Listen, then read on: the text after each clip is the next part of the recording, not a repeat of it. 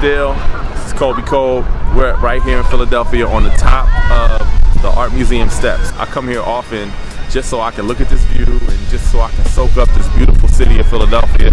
And I wanted to take this opportunity to say thank you to the listeners for supporting me all these years in Philly. Unfortunately, I'm no longer on the radio on a day-to-day basis, and I didn't get a chance to say goodbye. So I said, you know what? The power of the internet, let me send a little message to my listeners out there. So thank you for supporting me. I always look at the theme of Rocky, the ultimate underdog, and I always compare it to my career. You know, when I started to get into radio, when I wanted to get into radio, so many people told me I couldn't do it. But I had a dream and a vision. And I wouldn't have this career if it wasn't for you guys. And I'm just so thankful. So I'll tell you what, let's go take a ride with me. We're gonna go to my private lair.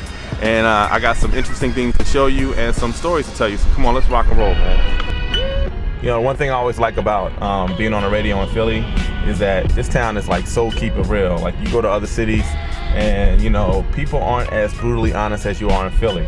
And I appreciate that. I've always appreciated that. I remember this time when Foxy Brown cussed me out, and the whole city was up in arms because she cussed me out, and you guys called in and y'all was mad at Foxy and y'all was riding with me and y'all kept it real. I just appreciate the honesty, and you can't get that in a lot of cities.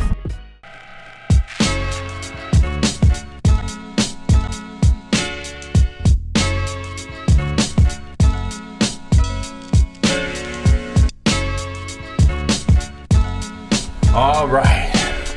So again, in my thank you to my Philadelphia listeners, there's so many stories that I can tell over all my years on the radio, not just being at the beat, but when I did Radioactive, I got a chance to meet a lot of cool people and a lot of great artists. And one of the things the artists have done is given me plaques over the years. So as you can see on my walls here, this is where I keep all my plaques.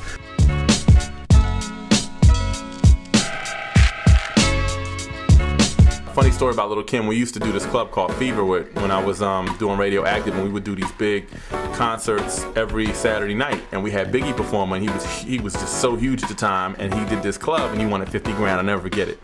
So Biggie comes to the club, Puffy comes, Junior Mafia, the whole 9 yards, and there is Kimberly Jones, Miss Little Kim herself, first time performing in Philadelphia. And I remember she had this bright red lipstick all over her lips, and I was like, all right, y'all, give it up for Notorious B.I.G. and Junior Mafia. And I remember when it was all over, Little Kim passed me the mic, and it had lipstick all over the mic, and I always tease her about that.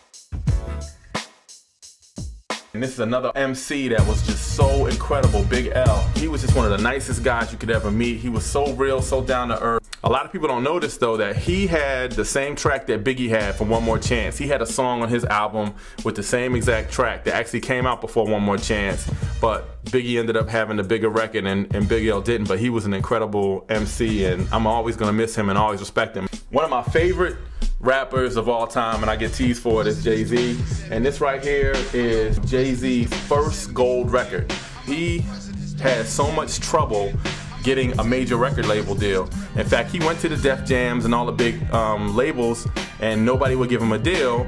And then he finally said, you know what, I'm gonna put songs out myself. And they would have the records in the back of their truck or their car, and they would come to the radio station and they would just come and kick it and hang out. On Friday nights, I used to do this late night thing at this club called New Alternatives, where we would do shows like 3 or 4 in the morning. And I remember I had Jay-Z open up for Dougie Fresh. It was a crazy show. It was in the middle of the night. Now, looking at him and where he's at and his success, it just shows you to anybody out there that if you have a dream or a vision of something you want to do, you can do it, because this dude is bigger than hip hop now. He's just in a whole nother world. This represents like a whole era, you know.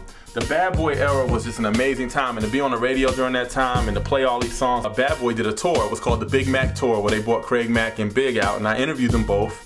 And it was an amazing time because you could see the star power in Biggie at that particular point. A couple of awards I got. The first year I was a program director. I started in 2002, and then in 2003 I got an award for the best urban program director in the country. And then last year, 2007, I won that award again, and not many people get a chance to win that award twice. I would have never called the cult figure that Lil Wayne has become, but this plaque right here just kind of represents his entire career. Right here, R. Kelly. Now I know he's going through a lot of trouble right now. Everybody's talking about R. Kelly, but I tell you this funny story. I was parking my car downtown at the Rittenhouse Hotel, and I went back to the valet to get my car. And I'm looking and I'm like, wow, that's R. Kelly. And I introduced myself and I said, look, man, I'm on the radio here. You know, and at the time I was doing nights, I said, you gotta come on my show, man. You gotta be a part of my show. And he was like, all right, well, you know, I gotta go play ball a little bit later on, but after I go play ball, I'll come by the station and we'll do an interview. So you know me, I'm like, come on, Kels, like, don't BS me. If you're gonna come, come. That night, I'm on the radio doing my thing, and who shows up at the back door is R. Kelly coming from the gym. That was the one and only interview in the radio that R. Kelly ever did in Philadelphia, and it was with me. This is Boyz II Men. When I worked at Power 99, they snuck backstage at Powerhouse to meet Michael Bivins and sing Can You Stand the Rain to him, and he really was so impressed. We shot the video in South Philly at the old Performing Arts High School. Wanye was in school that day, and me and Questlove from The Roots are in this scene together, and they gave me a plaque. This plaque right here is really special to me because I've always been a Public Enemy fan, and I remember Chuck D was so personable to me. Now, again, I was just like a little peon coming up. And when I first got radioactive, I called him, I was like, yo, I gotta interview you, and I was nervous about interviewing him. And back then, Chuck D, he was like one of the biggest artists in hip hop. And Flavor used to come down by himself once in a while. We used to have this window outside the studio, and one night, me and JoJo was just kicking it behind the scenes, and we just see Flavor at the window. Like, he just randomly showed up at the radio station, and he just came in and he just guest hosted the countdown that night. This is the first plaque that I ever received. Naughty by Nature was a group that kind of came out of nowhere. I remember Queen Latifah, who I broke Queen Latifah here in Philadelphia, and Queen Latifah called me and was like, I got a new group, I need you to interview them. And that's my first meeting with Tretch, Vinny, and KG. This was an interesting time in hip hop, Death Row. I actually got criticized because people wanted us to take sides because we was in Philly. We gotta rep the East Coast, but Corrupt was down with Dre, and Corrupt was from Philly, and I actually grew up with Corrupt's cousins, so I kind of knew him, and I was like, you know what? We're gonna support you guys, and we didn't really get involved in the East Coast, West Coast, but that was an incredible run from Death Row. Ice Cube. He is someone that I'm extremely proud of and has been a role model to me. A lot of people don't know this though, that, you know, don't remember that Ice Cube was in NWA and he wasn't getting any paper, and he's like, you know what, this is not cool, I'm out of the group. And at the time, NWA was so big, and he left the group and he flew to New York and hooked up with Chuck D and Hank Shockley, the Bomb Squad, to do America's Most Wanted, which was a classic hip-hop album. The career that this guy has had, but he was able to parlay that into movies, and not just do hardcore movies, but do family movies. And one of the things that I want to do, that you're definitely going to be hearing about from me, is I want to write. I want to be a writer. I want to write screenplays, scripts, and different things like that. And he is an inspiration to somebody in the hip-hop generation that was able to do that and be successful. This is my daughter, Journey. And now that I have some extended vacation time, I will be spending a lot more time with my daughter. I just want to thank you guys so much for supporting me over the years, and thank you for letting me into your life, and thank you for going on a little tour. I actually received this award last year, a milestone award. Thank you, honey. You gonna hold that up for me?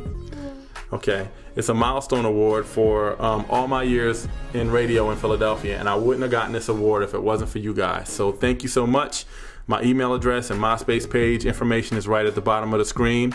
Have a wonderful time, Philly, Jersey, and Delaware. Hopefully we will meet again. You want to say goodbye, Journey? Yeah.